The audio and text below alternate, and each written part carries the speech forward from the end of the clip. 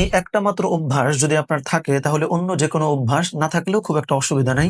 সেটা হচ্ছে আপনি প্রত্যেকদিন একবার ইনশাআল্লাহ এবং আলহামদুলিল্লাহর ফরম্যাটে মুহাসাবা করবেন। একটু জটিল লাগতেছে, আমি ভাঙায় বলি। ধরেন দিনের শুরুতে আপনি লিস্ট করছেন যে আমি গাছে পানি দিব, ১০ জনকে সালাম দিব, অফিসে কোনো আলসেমি করব না, আম্মা আব্বার সঙ্গে ভালো ব্যবহার করব।